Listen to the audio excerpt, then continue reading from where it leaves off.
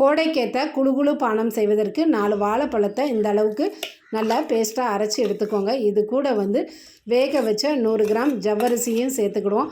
பாதாம் பிசினை இந்த அளவுக்கு எடுத்து நைட்டே ஊற வச்சுருக்கேன், அதையும் இது கூட சேர்த்துக்கிடுவோம். அரை முறி தேங்காய் வந்து தேங்காய் பால் எடுத்து அதையும் இது கூட ஊற்றிக்கிடுவோம். தேங்காய் பால் வந்து வயிற்று புண்களை ஆற்றக்கூடியது, அதனால் இதையும் ஊற்றிக்கிடுவோம். 4 பேரிச்சம்பழத்தை வந்து பொடிசாக கட் பண்ணியிருக்கேன், அதையும் சேர்த்துக்கிடுவோம்.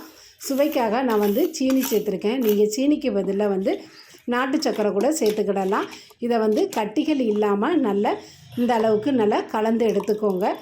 இது கூட சேர்த்துக்கக்கூடிய பொருட்கள் எல்லாமே வந்து வயிற்று புண்களையும் ஆற்றக்கூடியது, நல்ல ஹெல்த்தியான பொருட்கள் தான் இது கூட நம்ம சேர்த்துருக்கோம். இந்த கோடை வெயிலுக்கு வந்து இந்த மாதிரி ஒரு பானம் செஞ்சு சாப்பிடுங்க, நல்ல அருமையாக இருக்கும். இப்போ இது கூட வந்து பொடி பண்ணின வேர்க்கடலை பொடியை வந்து மேலே தூவிக்கிடுவோம். மேலும் சுவைக்காக வந்து இது கூட வந்து நம்ம வந்து தேனை சேர்த்துருக்கோம். தேன் வந்து விருப்பம்தான், உங்கள் விருப்பம் இருந்தால் இதை சேர்த்துக்கோங்க. இந்த கோடைக்கு ஏற்ற அருமையான ஒரு பானம் தான் இந்த பானம். இதை எல்லோரும் வீட்டில் செய்து பாருங்கள். இந்த வீடியோ பிடிச்சிருந்தா லைக் பண்ணுங்கள், ஷேர் பண்ணுங்கள், சப்ஸ்கிரைப் பண்ணுங்கள்.